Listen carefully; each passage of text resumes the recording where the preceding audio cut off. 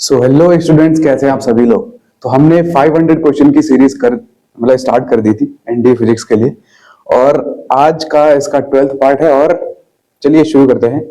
पहला क्वेश्चन हमारे पास है। तो लगभग सारे चैप्टर्स के क्वेश्चन हमने कर लिए थे, और अब ये मिक्स्ड क्वेश्चन है। ये बहुत सारे मिक्स्ड क्वेश्चन है, शायद ये मैकेनिक्स का पार्ट ज्यादा हुआ है इसमें, और बीच में वर्क एनर्जी पावर के भी क्वेश्चन आ सकते हैं।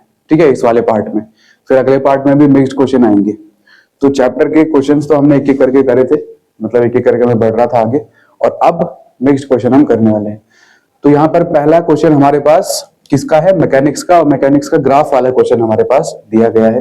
पूछा है the following figure represents the velocity time graph of a moving car on road. ठीक है, एक कार मूव कर रही है रोड पे, तो उसके लिए हमें क्या बताना है? विच segment of the graph represent the retardation.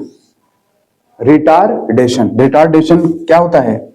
अगर हम एक्सेलरेशन को समझे तो एक्सेलरेशन क्या था? इसमें वेलोसिटी इंक्रीज करती है, इसमें वेलोसिटी इंक्रीज करती है ना, टाइम के साथ वेलोसिटी का इंक्रीमेंट, एक्सेलरेशन। और रिटार्डेशन क्या होता है? वेलोसिटी अगर डिक्रीज करे तो इसको हम बोलते हैं रिटार्डेशन। टाइम के साथ अगर वेलोसिटी डिक्रीज करे तो इसमें हमें बताना है कि वेलोसिटी कहां पर डिक्रीज कर रही है ना। यानी एक चीज हम यहां पर और बोल सकते हैं, एक्सेलरेशन नेगेटिव कहां पर है?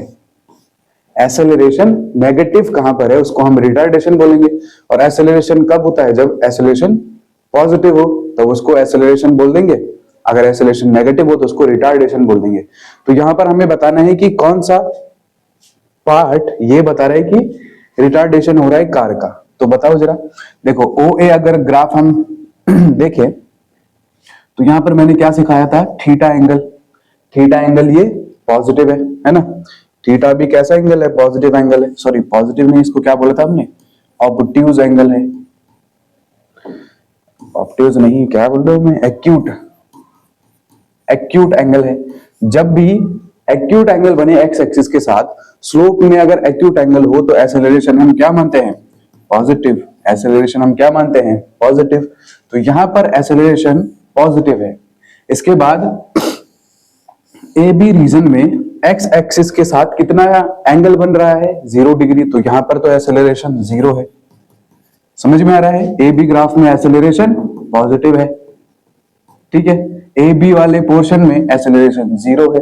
अब देखो जरा, ये बीसी वाला जरा रीजन देखो। बीसी रीजन में जो एक्स एक्सिस के साथ जो एंगल बनेगा वो कैसा एंगल है? वो कैसा एंगल है? ये हमारे पास है ऑब्ट्यूज एंगल। ऑब्ट्यूज एंगल है ना, 90 से बड़ा एंगल है ऑब्ट्यूज एंगल। तो इसको हम क्या बोल देंगे? Acceleration negative. तो जहां पर एक्सेलरेशन नेगेटिव होता है उसी को हम रिटार्डेशन बोलते हैं। तो बीसी रीजन हमारा करेक्ट आंसर हो जाएगा। अब देखो जरा सीडी रीजन बता दो। सीडी रीजन में क्या होगा? सीडी रीजन ऐसा बना है, एंगल फिर से हमारे पास कैसा बन गया? Acute angle. अब एक्यूट एंगल बन गया, इसका मतलब एक्सेलरेशन पॉजिटिव। तो ये जो लास्ट वाला रीजन है सीडी वाला, उसमें भी एक्सेलरेशन पॉजिटिव है। तो हमारा आंसर क्या हो जाएगा? बीसी। ठीक है, आगे बढ़ते हैं। नेक्स्ट क्वेश्चन हमारे पास, a man is sitting in a train. ठीक है, एक आदमी ट्रेन में बैठा है, which is moving with a velocity of 60 kilometre per hour. और जो ट्रेन है वो भाग रही है 60 किलोमीटर पर आवर की स्पीड से। इंसान बैठा है 60 किलोमीटर पर आवर की स्पीड से भाग रहा है। ठीक है, train. Is speed with respect to train, is speed. अब देखो, ये मैन है, मैन को हमने एम बोल दिया। ये ट्रेन है, ट्रेन को हमने टी बोल दिया। हमें क्या पूछा है? Velocity of man with respect to train. Velocity of man with respect to train. तो ये क्वेश्चन किसका हो गया? रिलेटिव वेलोसिटी का। रिलेटिव वेलोसिटी का ये क्वेश्चन बन गया। अब देखो, यहां से हमें क्या करना है? वेलोसिटी ऑफ मैन, फॉर्मूला याद है आपको? देखो फॉर्मूला क्या था? Velocity of A with respect to B vector equals to velocity of A with respect to ground minus velocity of A with respect to, sorry A नहीं, अब B आएगा यहाँ पे, velocity of B with respect to ground. और ये vectorially हमें minus करना है, वेक्टरली याद रखना, ये जो वेक्टर है ये मतलब डायरेक्शन के, हमें डायरेक्शन के साथ इसको लिखना है और कोई एक डायरेक्शन को हमें पॉजिटिव लेना है। तो यहां पर भी हम यही करेंगे। तो हमने यहां पर लिख दिया है ये वाला, एक बार दोबारा लिख लेंगे फॉर्मूला। हमें पूछा है velocity of man with respect to train, तो हमें इसके लिए क्या चाहिए, हमें चाहिए velocity of man with respect to ground vector minus velocity of train with respect to ground. ठीक है, अब हमें यह पता करना है कि हम डायरेक्शन कौन सी ले। तो ये वाली डायरेक्शन पॉजिटिव ले लीजिए और ये पीछे वाली नेगेटिव हो जाएगी ऑटोमेटिकली, कुछ भी कर सकते हैं, या तो ये वाली डायरेक्शन पॉजिटिव ले लो। अच्छा, अब हमें बतानी है velocity of man with respect to ground कितनी है। इसका मतलब मैंने क्या बताया था, इसका मतलब मैंने बताया था कि बाहर एक इंसान को खड़ा कर दो जो ग्राउंड में खड़ा होगा, और ग्राउंड वाला इंसान इस ट्रेन वाले इंसान को देखेगा, तो इस ग्राउंड वाले इंसान को इस ट्रेन वाले इंसान की वेलोसिटी कितनी दिखाई देगी, जितनी ट्रेन की है ना, 60 किलोमीटर पर आवर, इतनी ही तो दिखाई देगी। ठीक है, तो ये आ गया 60 किलोमीटर पर आवर। पॉजिटिव या नेगेटिव, पॉजिटिव, क्योंकि इस तरफ के डायरेक्शन हमने पॉजिटिव ले ली है।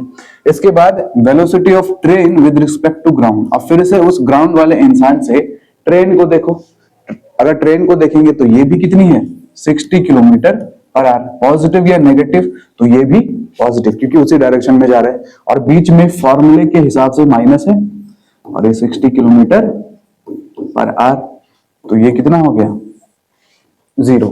तो velocity of man with respect to train कितना है, 0।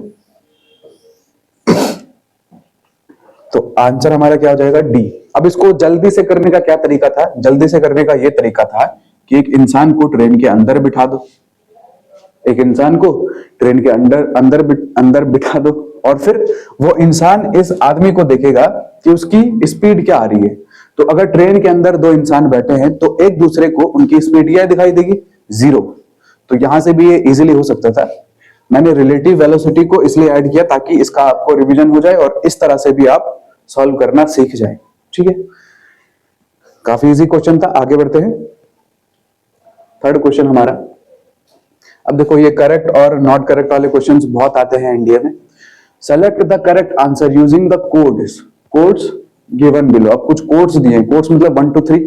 ठीक है, density is a vector quantity, तो पहला ही इसमें ब्लंडर हो गया, हमारी डेंसिटी वेक्टर क्वांटिटी नहीं होती है। Value of distance is always equal to the displacement, always बोल गया, ये भी ब्लंडर कर दिया। थर्ड हमारे पास है the distance travelled by the object per unit time is called the speed. The distance travelled by the, अच्छा यहां पर स्पीड का फॉर्मूला बोला है, distance travelled by the, distance upon time का फॉर्मूला ये बोल रहे हैं ना, इज कॉल्ड स्पीड। तो हाँ, ये वाला सही है। ठीक है, ये डिस्टेंस और डिस्प्लेसमेंट वाला आपको याद होना चाहिए। Distance is always greater and equal, ठीक है, distance is always greater and equals to distance. ऐसा क्वेश्चन बहुत बार आया है। सॉरी, डिस्प्लेसमेंट हो जाएगा, ये डिस्टेंस तो लिख चुके हैं, छिछी डिस, अरे चल जा भाई, डिस्प्लेसमेंट। ठीक है, distance is greater and equals to displacement. और डेंसिटी तो वेक्टर क्वांटिटी है, वेक्टर क्वांटिटी है तो गलत ही होगा, डेंसिटी की कोई डायरेक्शन थोड़ी होती है। ठीक है, तो यहां से हमारा कौन सा हो जाएगा, ओनली 3। तो ओनली 3 इज द आंसर। ठीक है, आगे बढ़ते हैं, बहुत इजी।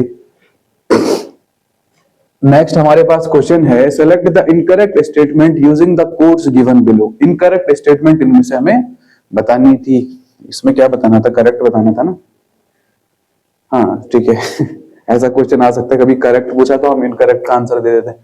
ठीक है, तो यहाँ पर इनकरेक्ट हमें बताना है। इनकरेक्ट क्या है, power is a vector quantity, ये फर्स्ट वाला है, ये पहला वाला ही गलत है, पावर वेक्टर क्वांटिटी नहीं है, acceleration is a vector quantity सही।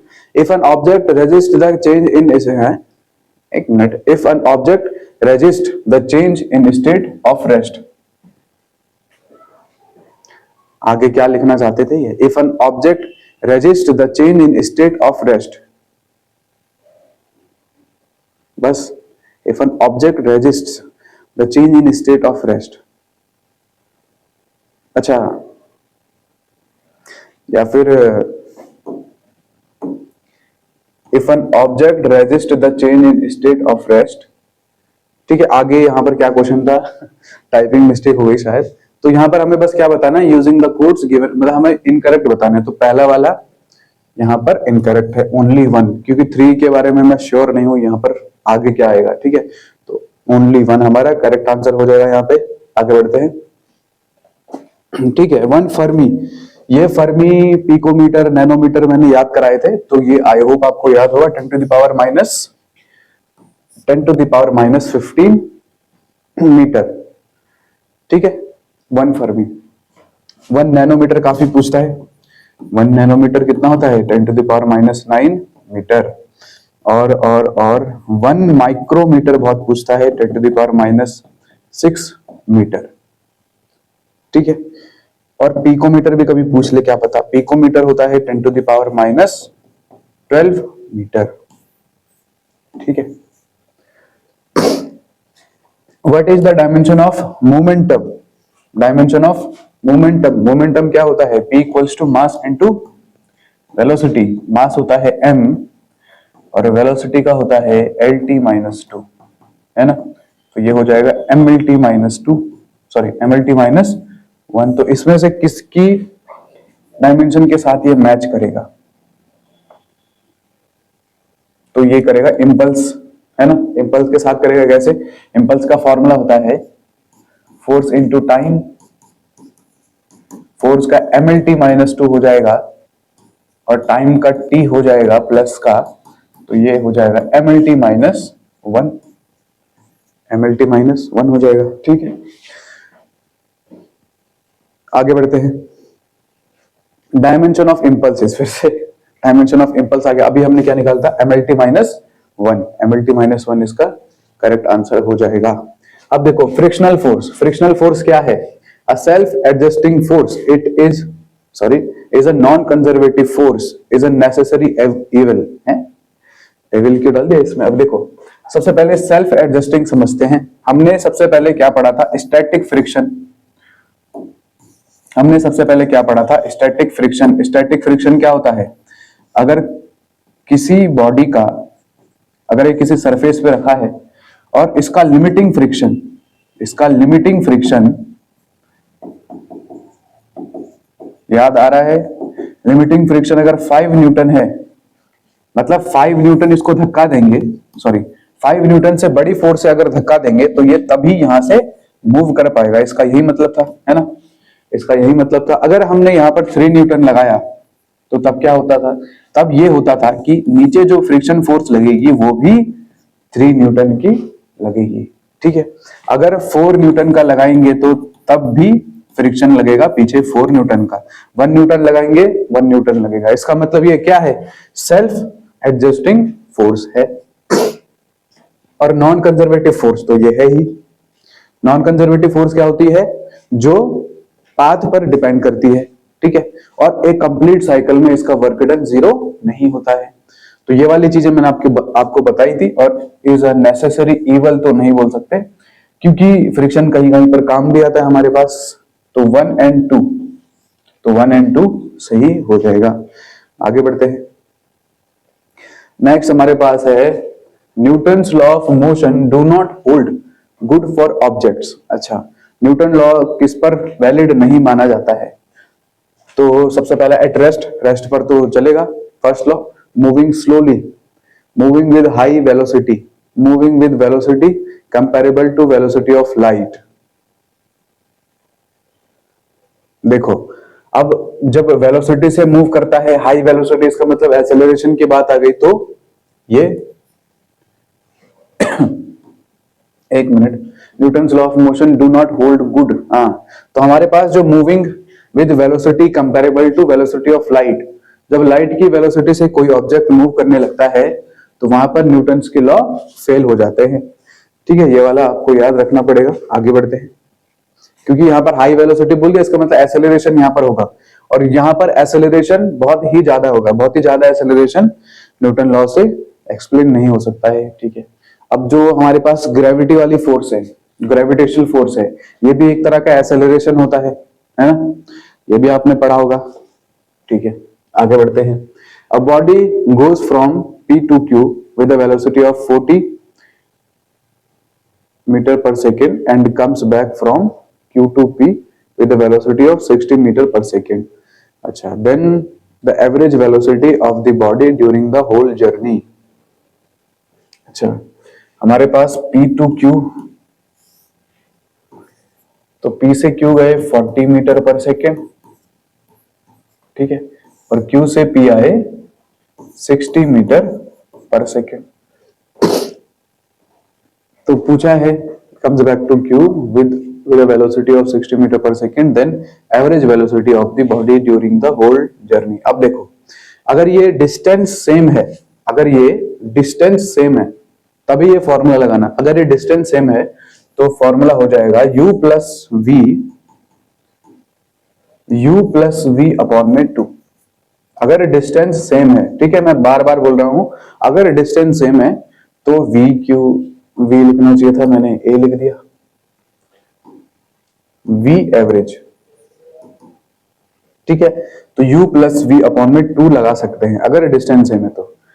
ठीक है, तो ये कितना है 40 प्लस 60 100 अपॉन में 2 कितना हो जाएगा 50 मीटर पर सेकेंड। बहुत ही easy question, option number A is correct. ठीक है, आगे बढ़ते हैं। नेक्स्ट हमारे पास क्वेश्चन है, the displacement y of the body varies with time t।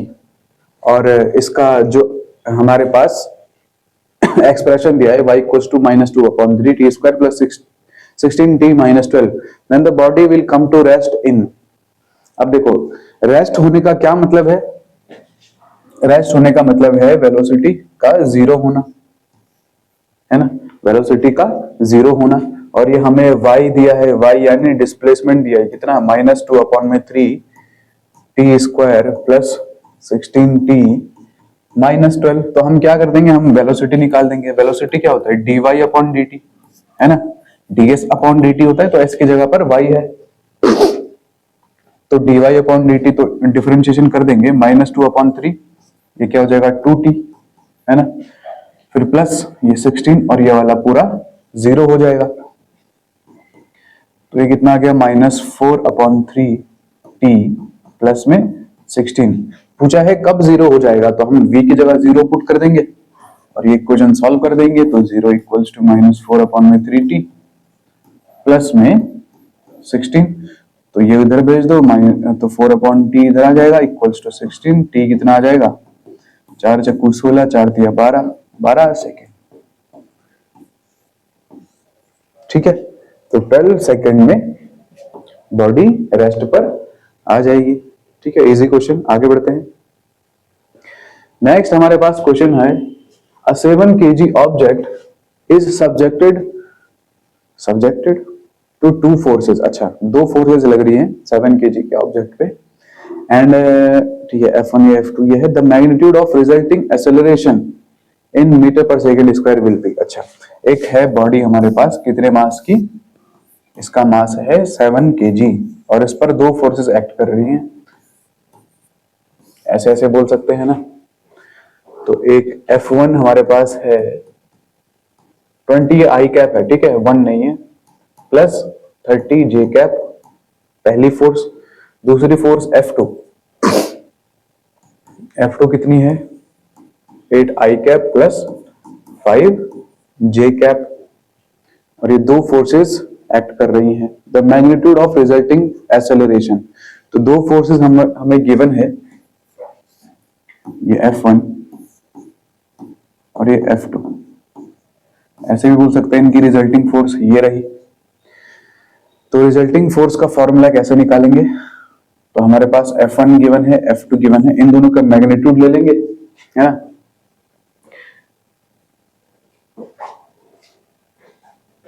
ठीक है, तो F1 का मैग्नीट्यूड कितना आएगा,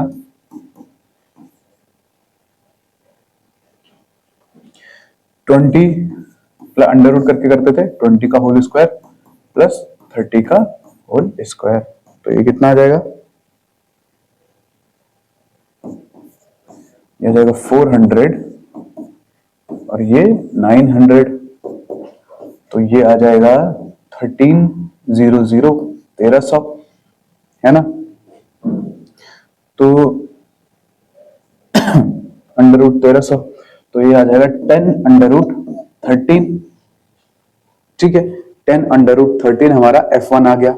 इसके बाद F2 है हमारे पास 8 आई कैप एंड 5 जी कैप, ठीक है, तो F2 कितना है, 8 आई कैप प्लस 5 जे कैप, तो इसका अंडर रूट कैसे निकालेंगे, 8 8 are 16, 5 5 is 25,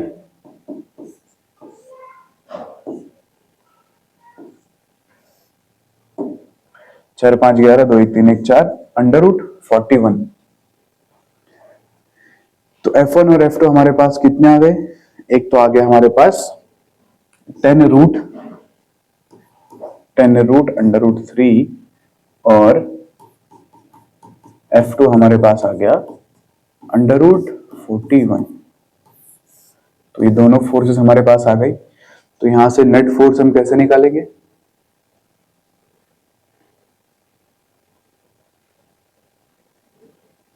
अच्छा नहीं, एक मिनट, हमें दोनों का रिजल्टेंट निकालना है, तो रिजल्टेंट को वेक्टर में पहले प्लस कर देंगे, ठीक है, एक बार वेक्टर में प्लस कर देंगे, F1 vector plus F2 vector कर देंगे, रिजल्टेंट ऐसे ही आता है, तो आ जाएगा 20 प्लस 8, 28 का कैप प्लस 30 और 5, 35 का जे कैप, ऐसे निकाल लेंगे, ठीक है, ये हमारा रिजल्टिंग फोर्स आ गया। ऐसे निकालने की जरूरत नहीं है, हमने अलग अलग निकाल लिया था, एक साथ में निकाल देंगे। अब इसके बाद इसका अंडर रूट ले लेंगे, है ना। अब इसका हमें क्या चाहिए, मैग्नीट्यूड, तो ये 28 का होल स्क्वायर प्लस 35 का होल स्क्वायर,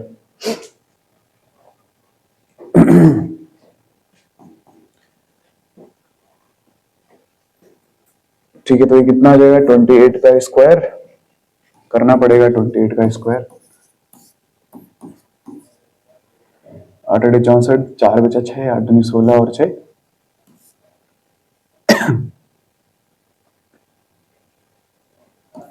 16 और 6 22, 2 8 16, 2 दूना 4 1 5, 4 8 5 और 2 7, 784, 784 हमारे पास ये आ गया। और इसके बाद 35 का स्क्वायर कर लेंगे, 5 पंजे 25, 5 ते 15, 2 17, 3 पंजे 15, 3 के 9 1 10, 5 7 और 5 12, 1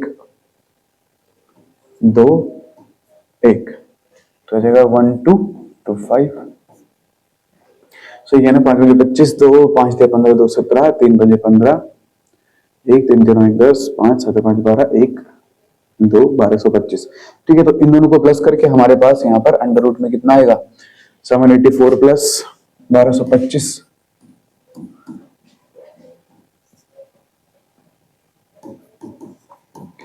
5 4 9, 8 और 2 10, 7 और 2 9 1 10,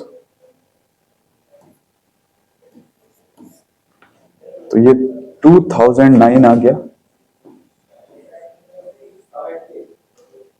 ठीक है, अंडर रूट 2009।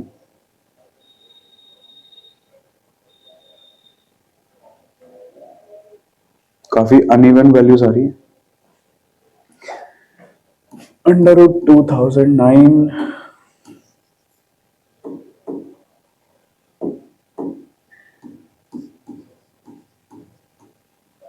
अंडर रूट 2009 को कैसे तोड़ सकते हैं,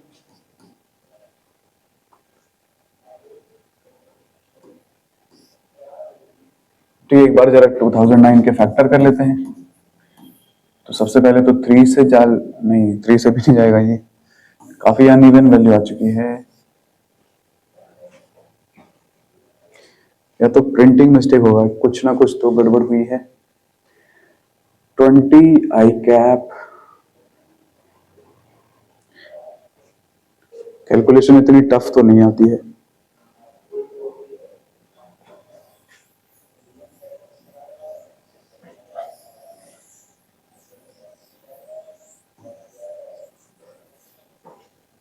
या फिर एक बार दूसरी तरीके से करने की कोशिश करते हैं।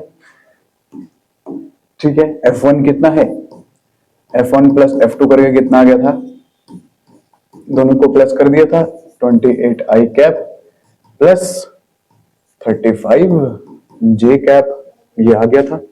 इसके बाद हमें एक्सेलरेशन निकालना है। देखो यहां से फोर्स आ गई है, तो फोर्स इक्वल टू क्या होता है, मास इनटू एक्सेलरेशन, है ना। फोर्स इक्वल टू क्या होता है, मास इनटू एक्सेलरेशन। फोर्स कितना आ गया था, 28 आई कैप प्लस 35 जे कैप। ओके, ये यहां से कट सकता है। अब मास कितना आया था, 7 इंटू में ए, तो 7 यहां से कट जाएगा, ये 7 यहां पर गया, 28 आई कैप इसके साथ स्प्लिट हो जाएगा, 35 अपॉन में 7 जे कैप, तो ये इस तरह से स्प्लिट हो जाएगा। और यहां से कितना आ जाएगा, 7 चक्कू 28, 4 आई कैप प्लस, और ये 7 पंजे 35, 5 जे कैप इक्वल्स टू ए। तो एक्सेलरेशन अब वेक्टर फॉर्म में आ गया। अब यहां से इसको सॉल्व करना इजी है। अब a अंडर रूट 4 4 जार 16, 5 5 जार 25, 4 4 जार 15 और 5 5 जार 25, तो ये आ जाएगा अंडर रूट 41। अंडर रूट 41 कितना आएगा, देखो 20 का नहीं, 20 का स्क्वायर नहीं, 7 से तो 6 6 36, तो मतलब 6 से तो कम वैल्यू आने वाली है ना। 6 6 36, मतलब इसके आसपास का अंडर रूट कितना है, 36 है, तो 6 6 36 तो नहीं आने वाला है, तो इससे थोड़ी छोटी वैल्यू आने वाली है ना, 6 और 7 के बीच में। तो ये आने वाला है 5.3। 5.3 का एक बार करके देखते हैं। 3 3 9 3 5 15, 5 3 15, 5 5 25 और 1 26, नहीं नहीं, तो इसकी वैल्यू लगभग 6 के बराबर आने वाली है, क्योंकि 6 और 7 के बीच में आएगा, तो ये लगभग 6 हो जाएगा, सॉरी 5 नहीं होगा, ये लगभग 6 हो जाएगा। ठीक है, आई होप समझ में आ रहा है आपको। 7 चक्कू 28, 7 पंजे 35, ठीक है। ठीक है, चलो वो लंबी कैलकुलेशन से हम बच पाएंगे, हमने गड़बड़ कर दी थी पहले। आगे बढ़ते हैं। ठीक है, ये हटा देते हैं। नेक्स्ट हमारे पास क्वेश्चन है, a body has a mass of 50 kg, ठीक है, its velocity is brought down from 20 metre per second to 5 metre per second. एक 50 kg का हमारे पास ऑब्जेक्ट है और इसके मास को, सॉरी इसकी वेलोसिटी को, पहले कितना चल रहा था 20 मीटर पर सेकेंड, और इसकी वेलोसिटी को कम करके कितना कर दिया 5 मीटर पर सेकेंड, ठीक है, by a resting force in 5 second, और टाइम कितना लगा दिया इसमें 5 सेकेंड का। The magnitude of resting force is, अब देखो कैसे निकालेंगे। सबसे पहले यहां से हमें एक्सेलरेशन निकालना है। एक्सेलरेशन क्या होता है, v माइनस यू अपॉन में T, v minus you upon में टी। तो v कितना है, v फाइनल वेलोसिटी 5 है, 5 माइनस 20 अपॉन में t कितना लगा 5, तो आया -15 अपॉन में 5, तो कितना आ गया -3। एक्सेलरेशन कितना आ गया -3 metre per second square. Minus क्यों है, क्योंकि ये रिटार्डेशन हुआ ना, हमने स्पीड को कम करा। ठीक है, तो फोर्स का फॉर्मूला क्या होता है, mass into acceleration, mass into acceleration. और हमें मैग्नीट्यूड चाहिए, तो अभी ये माइनस का कुछ नहीं कर सकते, फिर माइनस यहाँ पे नहीं लिखेंगे, प्लस ही वैल्यू लिख देंगे। तो 50 इंटू 3, 5 3 15, 150 न्यूटन। ठीक है, तो 150 न्यूटन हमारा सही आंसर हो जाएगा। आगे बढ़ते हैं। नेक्स्ट हमारे पास क्वेश्चन है, a body of mass 6 kg is rotated in circle of radius 3 metre. ठीक है, 3 kg का मास है, सॉरी 6 kg का मास है, और इसको एक सर्कल में रोटेट कराया जाता है, और इसकी रेडियस कितनी बोल दी 3 मीटर। 3 मीटर की रेडियस में इसको रोटेट कराया जाता है with a uniform speed of 10 metre per second. Uniform speed कितनी है? 10 metre per second. The force which must act on the body to maintain the motion. तो ये कौन सा फोर्स होता था? Centripetal force. बहुत ही इजी फॉर्मूला सेंट्रीपिटल फोर्स का क्या होता है? F C equals to M we square upon में आर। ठीक है, एम वी स्क्वायर अपॉन में आर। तो ये बहुत ही फॉर्मूला बेस्ड क्वेश्चन। मास कितना आ गया? मास है 6 और वेलोसिटी है 10, तो ये 100 हो जाएगा अपॉन में आर। रेडियस कितनी है? 3, तो 3 दूनी 6, कितना आ गया? 200 न्यूटन। ठीक है, तो 200 न्यूटन हमारे पास क्या हो जाएगा? करेक्ट आंसर हो जाएगा। आगे बढ़ते हैं। नेक्स्ट क्वेश्चन है विच one of the following graph represent uniform motion. अब यूनिफॉर्म मोशन क्या होता है? जब कोई भी ऑब्जेक्ट सेम टाइम में सेम डिस्टेंस सेम टाइम में कंप्लीट करे। मतलब अगर टाइम है 1 तो ये है, तो डिस्टेंस कितनी है? मान लेते हैं डिस्टेंस 0। जब टाइम हो गया 2 तो डिस्टेंस आ गई हमारे पास 5। जब टाइम हो गया 3 तो डिस्टेंस हमारे पास कितनी आ गई? 10। तो इनके बीच में जो गैप दिख रहा है, इनके बीच में 1 का गैप है। ठीक है, और इनके बीच में 5 का गैप है। ऐसे करके आप यूनिफॉर्म मोशन को समझा सकते हो। तो इनमें से कौन सा ग्राफ सही हो जाएगा हमारे पास? Which one of the following graph represents uniform motion? तो ये डी वाला हमारे पास यूनिफॉर्म मोशन का ग्राफ हो जाएगा। यूनिफॉर्म मोशन में हमें स्ट्रेट ग्राफ मिलता है। ठीक है, आगे बढ़ते हैं। नेक्स्ट हमारे पास क्वेश्चन है the displacement of a particle at time T is given. देखो डिस्प्लेसमेंट दिया है, अच्छा see x equals to A I cap plus B J cap plus T k cap -2 where A, B and C are positive constants then the particle is। अच्छा, तो ये हमारे पास क्या दिया है? डिस्प्लेसमेंट की इक्वेशन दी है। The displacement of a particle at time T is given by C x equals to A I cap plus B J cap plus T K -2 where A, B, C are a positive constant then particle is accelerated along k direction, decelerated along k direction, decelerates along I direction. ठीक है, तो यहां पर हमें displacement दिया है, हमें acceleration तक कैसे पहुंचना है इसका डिफरेंशिएशन करके। तो अगर हमें डिफरेंशिएशन करना है तो हमें यहां पर सबसे पहले वेलोसिटी मिल जाएगी, तो D by D T of C X कर देंगे, है ना। तो यहां से कितना आ जाएगा? ये वाला पार्ट 0, ये वाला पार्ट 0, ये वाला पार्ट क्या आ जाएगा? के कैप। ठीक है, और वो वाला पार्ट भी 0। तो हमारे पास वेलोसिटी किस डायरेक्शन में आ गई? ये c बाहर आ जाएगा और dx अपॉन dt। अभी देखो c हमने बाहर लिखा, dx अपॉन dt क्या है? v, और ये क्या आ गया? k cap.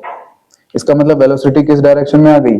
ऐसे लिख सकते हैं k cap upon c, 1 upon c k cap, है ना। वेलोसिटी किस डायरेक्शन में आ गई? के डायरेक्शन में। के यानी अब ये इंक्रीज हो रहा है डिक्रीज हो रहा है। वेलोसिटी हमारे पास पॉजिटिव आ गई तो एक्सेलरेशन भी क्या होगा? के डायरेक्शन में एक्सेलरेटेड हो जाएगा, एक्सेलरेटेड अलोंग के डायरेक्शन। ठीक है, आई होप आपको समझ में आ गया होगा। अब देखो टाइम का कंपोनेंट यहां पर था, तो इसको जब डिफरेंशिएट कर दिया तो ये पूरा वो सारे तो हट गए जिसके पास टी नहीं था। ठीक है, इस वजह से हमारे पास वेलोसिटी के डायरेक्शन में आई, के डायरेक्शन में वेलोसिटी आई तो एक्सेलरेशन अलोंग के डायरेक्शन आ गया। ठीक है, आगे बढ़ते हैं। A force applied on a body is represented as F equals to 6 I cap plus minus 8 J plus 10 K and accelerates it at 1 meter per second square. The mass of the body is। अच्छा, force ये है, 6 i cap minus 8 j cap plus 10 k cap. ये हमारे पास क्या given है, force. और acceleration कितना है, 1 metre per second square. Acceleration ये गिवन है। The mass of the body, तो मास क्या होता है, फोर्स अपॉन एक्सेलरेशन, है ना। F equals to M A, तो M equals to F upon A. तो जो मास आ जाएगा ये भी 6 i cap plus minus 8 j cap plus 10 k cap हो जाएगा। अब ये मास तो वेक्टर से में आएगा नहीं, तो इसका मैग्नीट्यूड निकालना पड़ेगा। तो 36 प्लस 64 प्लस 100, तो ये कितना आ जाएगा, 200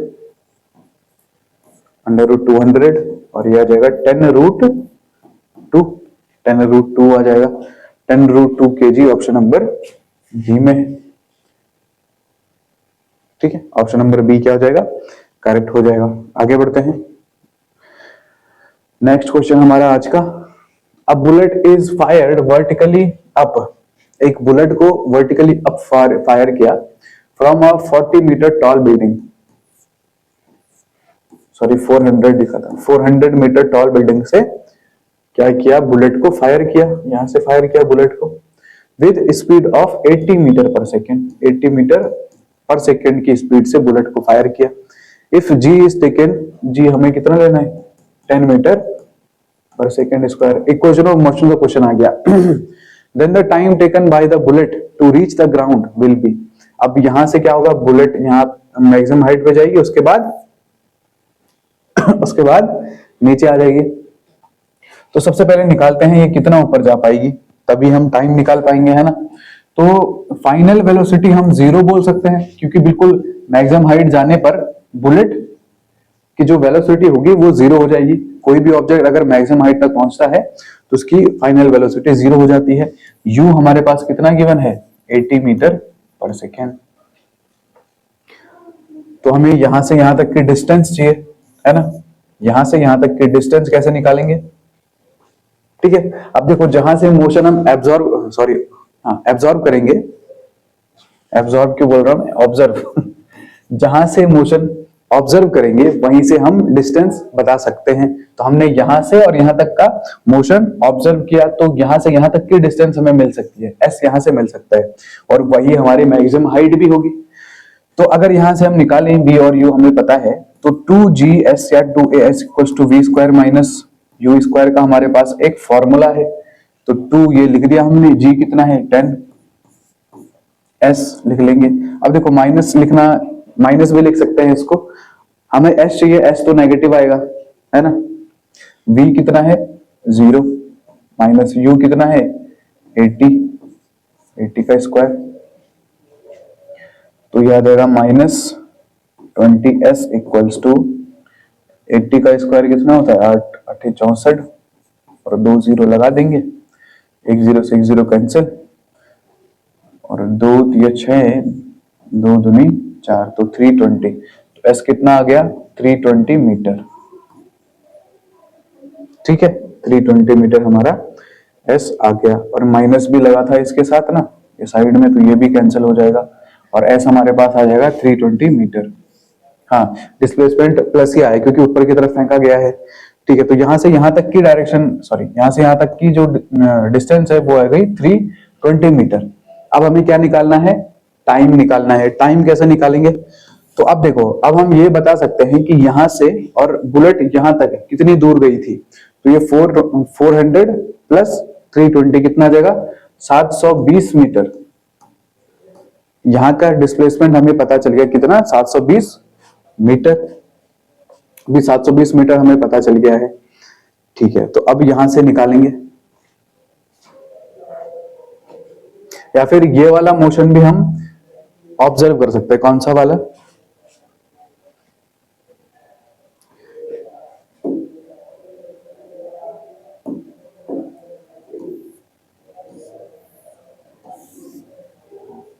ठीक है। अब कौन सा मोशन ऑब्जर्व करना है, यहां से बुलेट गई और बुलेट मतलब वहां से टकरा के नहीं, मतलब यहाँ पर फाइनल वेलोसिटी जीरो करा के दोबारा इस वाले पॉइंट पर आई। इस वाले पॉइंट पर इनिशियल वेलोसिटी कितनी थी, 80 मीटर पर सेकेंड। तो जब ये नीचे आ रही होगी तो नीचे भी इसकी क्या होगी, 80 मीटर पर सेकेंड। ये हमने कंसेप्ट पढ़ा था जब हम मोशन अंडर ग्रेविटी पढ़ रहे थे।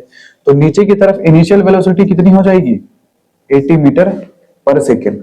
और यहां से यहां तक का डिस्टेंस कितना है, 400 मीटर।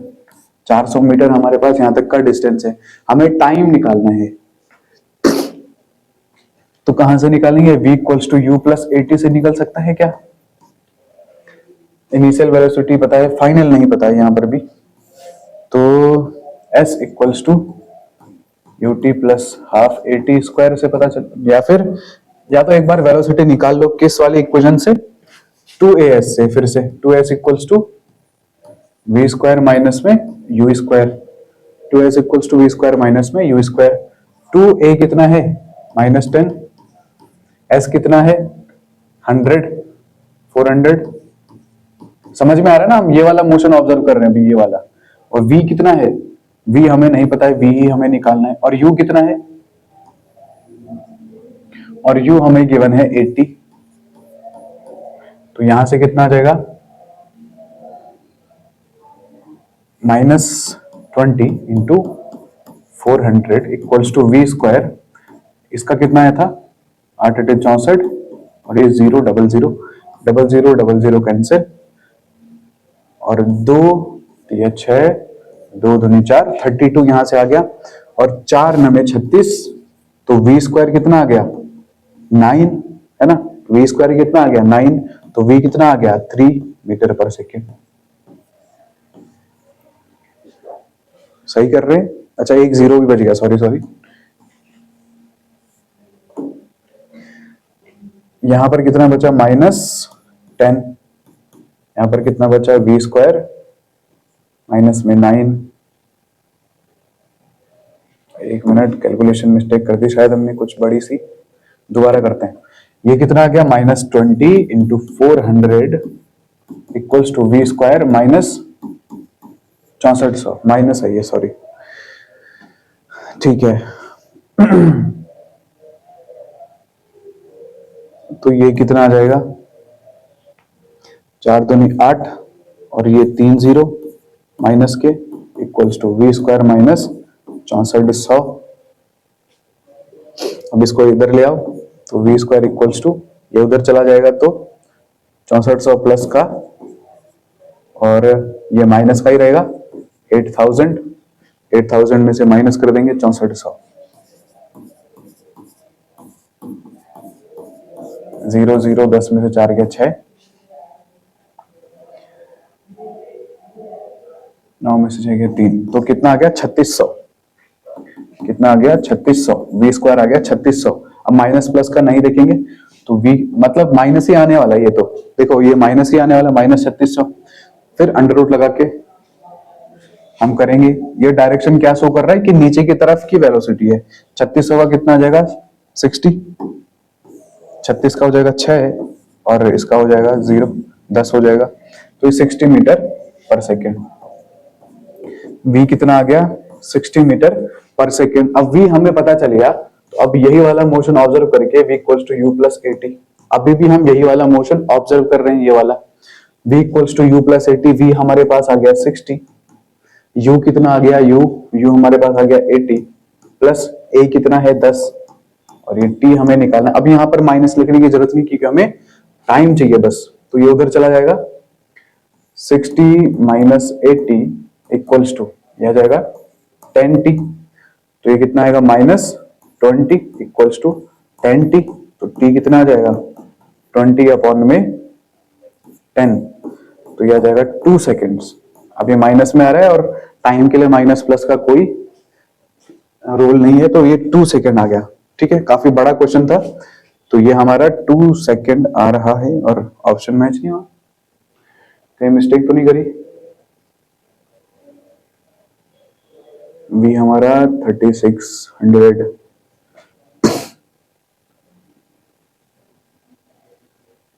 ठीक है, 20 आ रहे हैं, 20 नहीं 10। या फिर किसी एक डिजिट की गलती हो गई हो, ठीक है, या तो प्रिंटिंग मिस्टेक होगी। ठीक है, एक बार आप भी इसको कर लेना। 20 मुझे लग रहा है यहां पर आएगा, और अगर 20 ना हुआ तो 2 सेकंड आ जाएगा।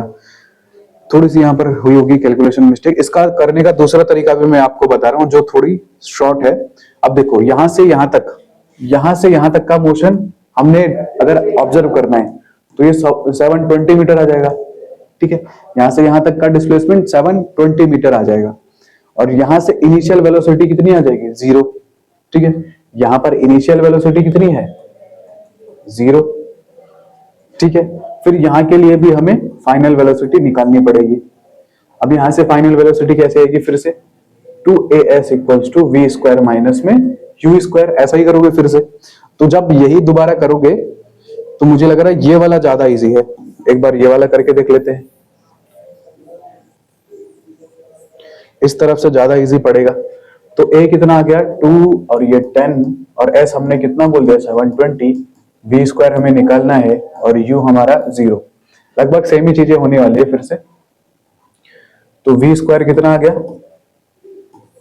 20 इंटू 720, अंडर रूट में आ जाएगा ये सबसे पहले, है ना, 20 इंटू 720, 2 गुना 4, 2 से 14। तो अभी v थोड़ा अलग आएगा, है ना, क्योंकि इनिशियल वेलोसिटी हमने ऊपर वाला माना। तो यहां से कितना आ गया, ये किसका होता है 12, और ये 0 120 metre per second. Final velocity ये आ गई। अब इसके बाद आने के बाद v equals to U plus 80 लगा देंगे, है ना। अब हमें मतलब ऑब्जर्व जो भी मोशन करेंगे उसके हिसाब से करेंगे। v कितना आ गया 120, u हमारा 0 था, a हमारा कितना है 10 है इंटू टी, तो 10 टी इक्वल्स टू ये, और यहां से t कितना आ रहा है 12 सेकेंड। t यहां से 12 सेकेंड आ रहा है, 1 मिनट, 12 सेकेंड ऑप्शन में नहीं था। अलग अलग चीजें आ रही हैं, थोड़ी सी कैलकुलेशन में मिस्टेक हुई होगी। ठीक है, और ये ज्यादा प्रिसाइज था क्योंकि इसमें हमने ज्यादा कैलकुलेशन नहीं करी। 2 गुना 4, 2 से 14। ठीक है, ये इसमें हमने ज्यादा कैलकुलेशन नहीं करी, तो मतलब यही वाला पार्ट हमारा सही है, उसमें हमने बहुत ज्यादा कैलकुलेशन कर दी थी। ठीक है, टोटल 720 आ गया। 720 आने के बाद हमने 720 वाले पार्ट से मैच कर दिया। तो यहां पर प्रिंटिंग मिस्टेक हुई है, और यहां से एक और ऑप्शन हम बना लेंगे, कितना 12 सेकेंड का, और 12 सेकेंड हमारा सही आंसर हो जाएगा। ठीक है, आज का लास्ट क्वेश्चन हम करते हैं। लास्ट क्वेश्चन है, a force of 5 newton act through a distance 20 metre in the direction of motion, the work done is. बहुत ही हलवा क्वेश्चन। वर्क डन का फॉर्मूला, सॉरी, वर्क डन का formula force into displacement. Force कितना है 5 और displacement 20, 2 पंजे 10, 100 joule. तो 100 जूल हमारे पास क्या हो जाएगा, इसका आंसर हो जाएगा। तो ठीक है स्टूडेंट्स, ये थी आज की क्लास। इसमें हमने कुछ बढ़िया क्वेश्चंस करे एनडीए फिजिक्स के लिए। आई होप आपको समझ में आया होगा। तब तक पढ़ते रहे। All the very best. Thank you so much.